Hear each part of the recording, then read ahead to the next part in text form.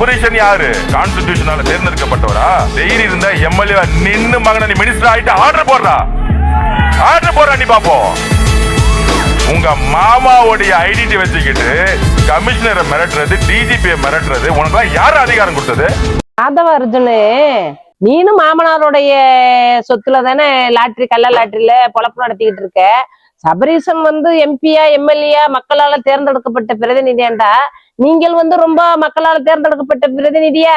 அது என்ன சபரீசனை இருக்கிறீங்க, மாமனார்னா வரமாட்டாரா? நீங்க மாமனார் இதுல சிங்கி அடிச்சுக்கிட்டு உட்கார்ந்துகிட்டு இருக்கலாம், பேசலாம். ஆனா அது என்ன உங்க தலைவர் மட்டும் யாருமே பேசக்கூடாது கேட்க கூடாதுன்னா என்ன அர்த்தம்? ஏன் அவர் என்ன பூலோகத்துல இருந்து இறங்கினவரா? அவர் விஷயத்த நீங்க ஏன் பேசுறீங்க? உங்களுக்கு என்ன தகுதி இருக்குது? ஒரு பொதுத்தளத்துல வந்துட்டா தகுதி இருக்கு எங்களுக்கு கேட்கறதுக்கு.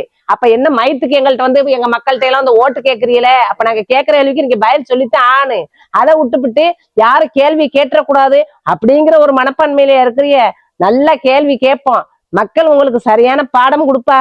உங்க கட்சியில இருக்கிறவன் எல்லாம் ஒருதம் கூட நல்லவன் இல்லை. பாத்தியா, தன்ன ஆடுறது, கிரிக்கெட் ஆடுறது, டான்ஸ் ஆடுறது. ஒழுங்கான அரசியல் பண்ணுங்கடா, அறிவோட்ட மடையங்களா.